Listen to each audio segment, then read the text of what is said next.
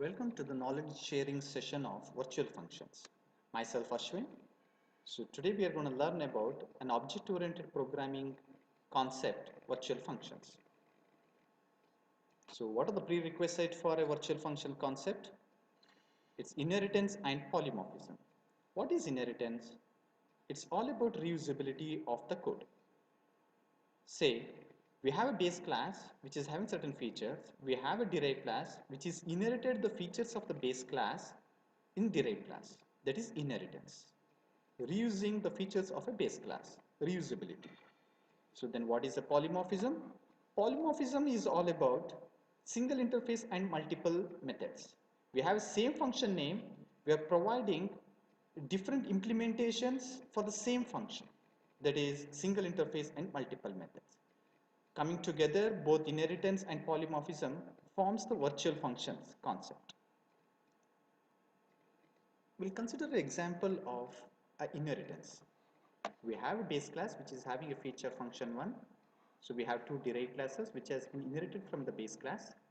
So the features of base class has been inherited here and it is providing its own feature function 2.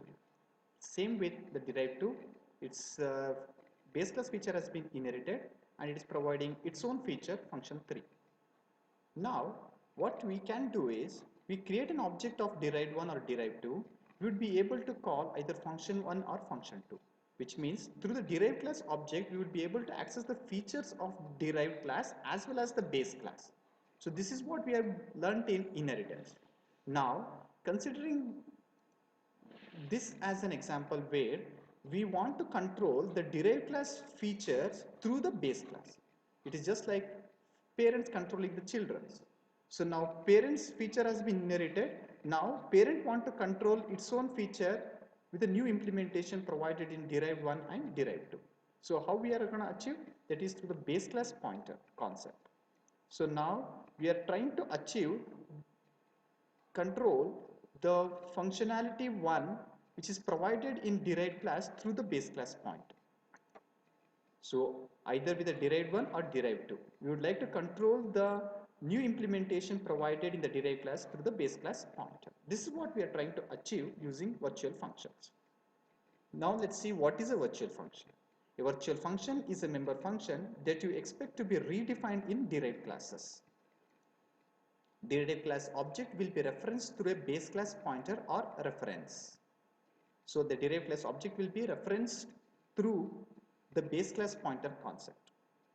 Base class is controlling the derived class. And base class pointer will be used to invoke derived class redefined functions during runtime. So virtual functions happens during runtime. Let's we call it as runtime polymorphism. So why do we need a virtual functions? To invoke derived class redefined function through base class pointer during runtime to achieve runtime polymorphism. Let's say and take an example of the real world scenario, a shape base class which is having a feature called draw. As such, it cannot provide implementation for a draw functionality. So what do we draw? Which shape can be drawn? We don't have any implementation for the draw function in the base class. An implementation can be provided only in the derived class such as line, triangle, rectangle or circle. This is where the implementation will be provided for the draw function. Now through the shape base class pointer we would like to control the draw functionalities of derived classes. So this is what we want to achieve through the runtime polymorphism or virtual functions. So let's look at an example of a derived class functions without virtual. So we are not using any virtual functions here. We are basically trying to see what happens when we don't use virtual functions. We have a base class, we have a function feature which is implemented, and we have derived class which is being derived from the base class. So it is providing the redefinition for the base class feature function 1. It is nothing but overridden. It's overriding the base class feature in the derived class. This is overriding. So now we are creating an object for the derived class, and now we are creating a pointer to the base class, and we are assigning the derived class object's address to the base class pointer. And now we are calling the function 1 through the base class pointer. Observe here we are assigning the address of the derived class object and we are expecting it to be calling the derived class function 1, but rather it is calling the base class function 1. Even though we have provided the address of the derived class object to the base class, it is not doing as expected. This is the problem with the without using virtual functions. So now let's see how we can overcome and what we can achieve what we wanted through virtual functions. So the same program has been written with the keyword virtual for that function in the base class. So the base class function has been added with the prefixed with virtual keyword. Now the virtuality will be inherited in the derived classes. So any derived class which is inheriting the base class will have the virtual functions inherited within it. So same thing has been done. Now we are creating the same object of the derived class. We are creating a base class pointer.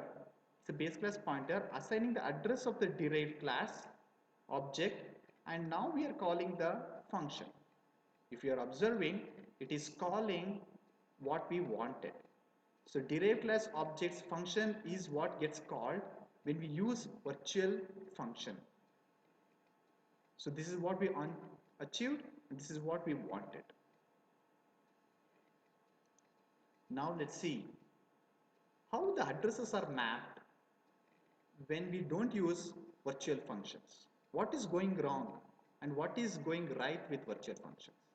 So we have a similar program written with a base class and one derived class, and objects have been created for the base class. Function gets called for the base class, function is getting called. Derived class object is created. Derived class function 1 is called. Now base class pointer we are creating. We are assigning the derived class object to the base class pointer, and now we are calling to the base class pointer the function 1.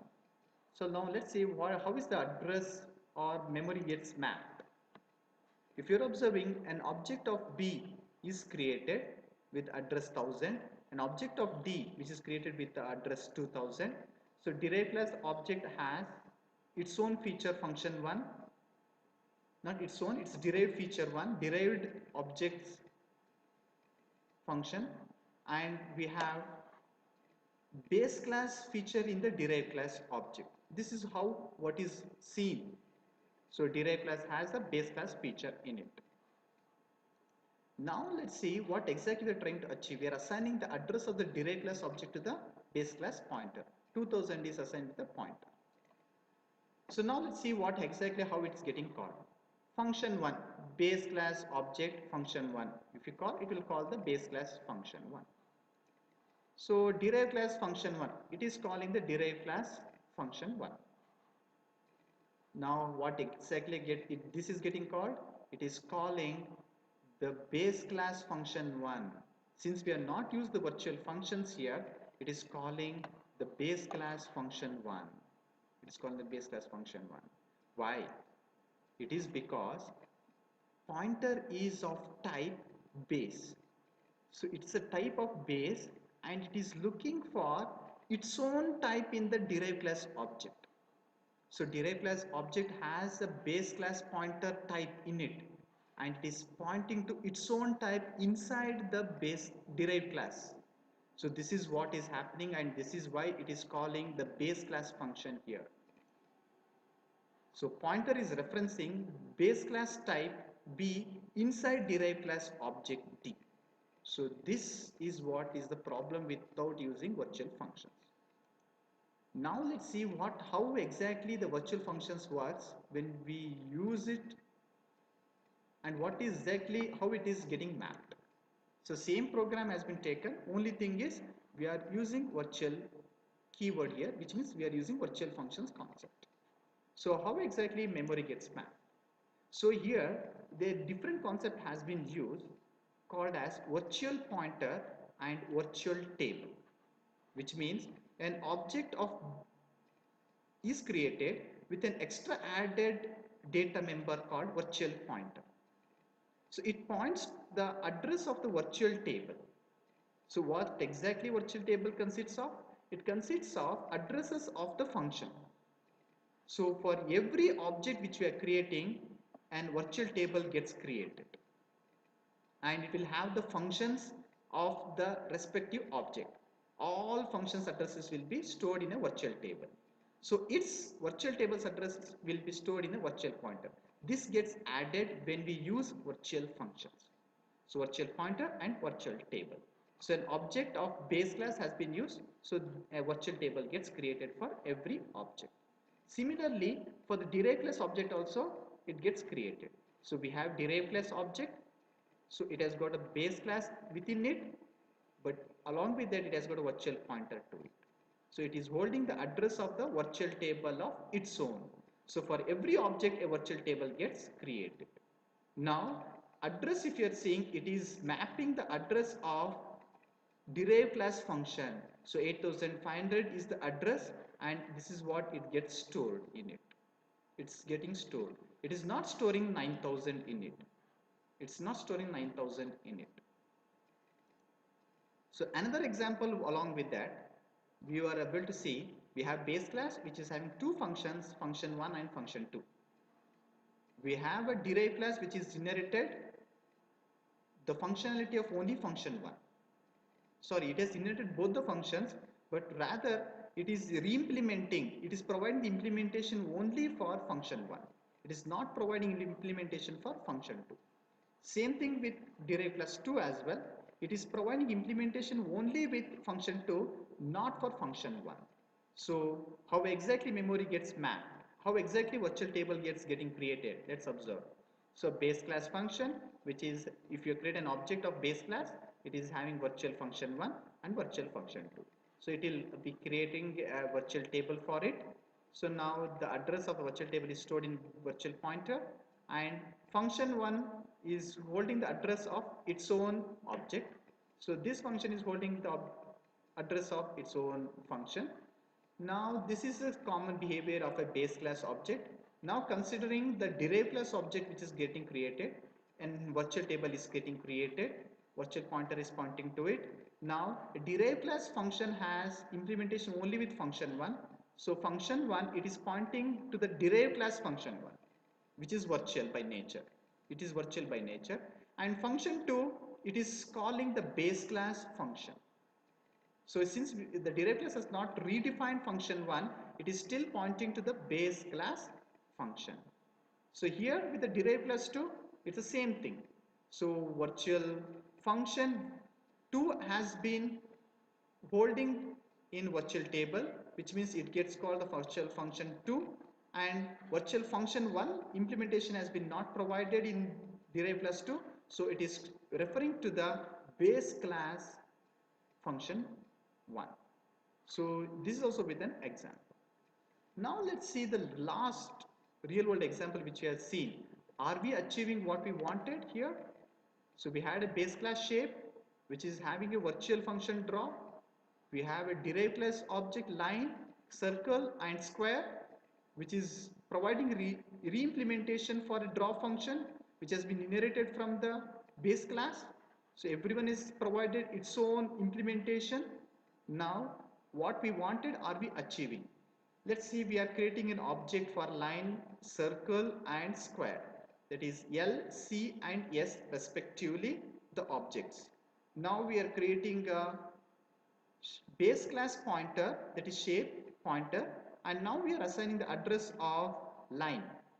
Now we are trying to call the function draw. So now we have assigned the address of line. So which function has to be called? It is calling the draw function of line.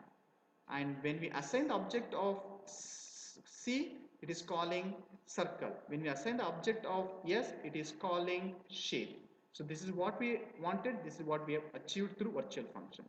So to conclude it, we have achieved the late binding, runtime polymorphism or dynamic binding, nothing but virtual functions.